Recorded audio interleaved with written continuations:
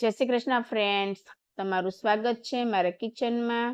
આજે આપણે બનાવીશું એકદમ ફૂલેલી અને રૂ જેવી પોચી પૂરી। તો ફ્રેન્ડ્સ, ઘણી વખત એવું થતું હોય છે કે પૂરી તો આપણે બનાવી લઈએ છીએ, પણ તેમાં તેલ ભરાઈ જતું હોય છે, કાં તો પછી પૂરીઓ ફૂલતી નથી, અથવા તો પૂરી ઠર્યા પછી ચવડ થઈ જતી હોય છે। તો આ બધી જ ટિપ્સ અને ટ્રિક્સ હું તમને આગળ વિડીયોમાં જણાવીશ કે જેનાથી પૂરી આપણી ફૂલશે અને તેમાં જરા પણ તેલ નહીં ભરાશે કે પૂરી ચવડ નહીં થશે। તો પૂરી બનાવવા માટે મેં અહીંયા ઘઉંનો ઝીણો લોટ લીધેલો છે અને તેની સાથે જ 2 ચમચી જેટલો રવો લીધેલો છે। તો રવો ઉમેરીશું, તેનાથી પૂરી આપણી બહારથી ક્રિસ્પી થશે અને અંદરથી સોફ્ટ થશે। અને સાથે જ આપણે અડધી ચમચી જેટલું મીઠું ઉમેરીશું અને 2 ટેબલસ્પૂન જેટલું તેલ ઉમેરીશું। તો ફ્રેન્ડ્સ, એમ થતું હોય કે મોણ માટે તેલ કેટલું ઉમેરવું, તો 2 કપ લોટ સામે મેં અહીંયા 2 ટેબલસ્પૂન જેટલું જ તેલ ઉમેરેલું છે। કારણ કે જો વધારે તેલ ઉમેરીશું ને તો પૂરીમાં તેલ ભરાશે, પૂરી આપણી ફૂલશે નહીં, પ્લસ પૂરી આપણી કઠણ બનશે। અને ઓછું તેલ ઉમેરીશું ને તો પૂરી આપણી ચવડ થઈ જશે। એટલે જ્યારે આવી રીતના મોણ માટે તેલ ઉમેરીએ ત્યારે ધ્યાનથી તેલ ઉમેરવાનું અને તેલને લોટમાં સારી રીતે મિક્સ કરી લેવાનું। અને લોટમાં તેલ મિક્સ થઈ જાય ત્યાર પછી આપણે થોડું પાણી ઉમેરતા જવાનું અને લોટ બાંધીને તૈયાર કરી લેવાનો।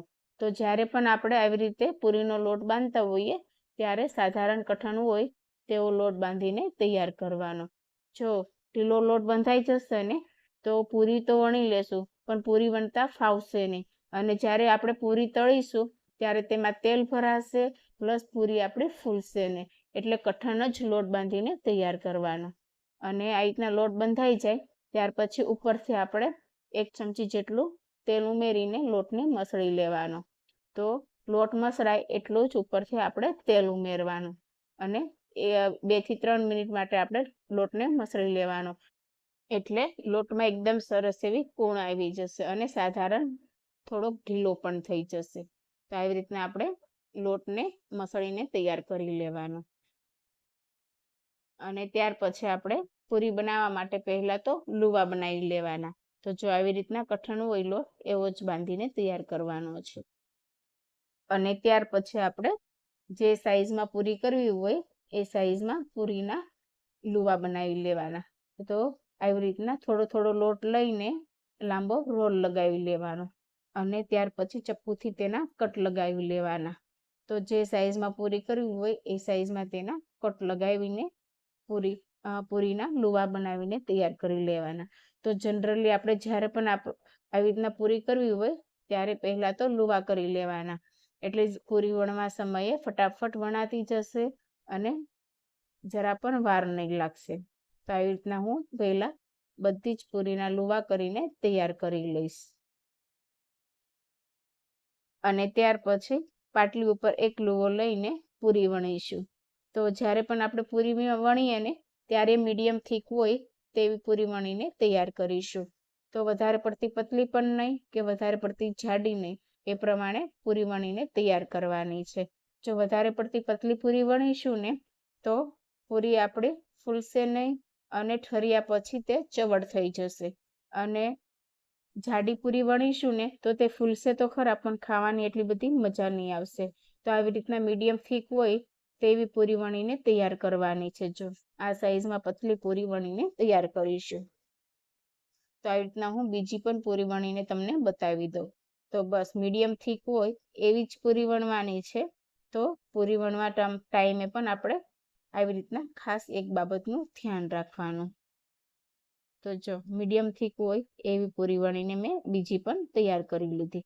અને આવી રીતના પૂરી વણાતી જાય ત્યાર પછી એક કોટનના કપડામાં આપણે પૂરીની બધી પૂરીઓને છૂટી ગોઠવતા જવાનું।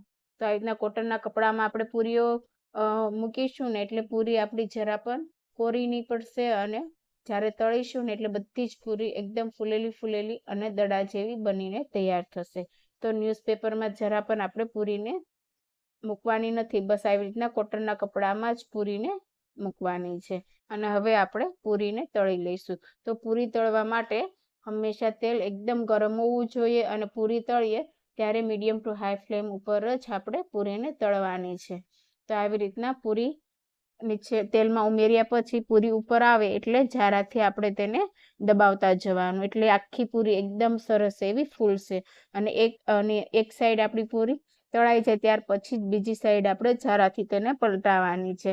તો આવી રીતના આપણે મીડિયમ ટુ હાઈ ફ્લેમ ઉપર બધી જ પૂરીને તળી લેવાની. તો હું તમને 2 પૂરી તેલમાં ઉમેરીને પણ બતાવી દઉં. તો આવી રીતના આપણે 1 થી વધારે પૂરી પણ તેલમાં ફ્રાય કરી શકીએ. તો આવી રીતના બધી જ પૂરી તમારી ફૂલીને દડા જેવી થશે.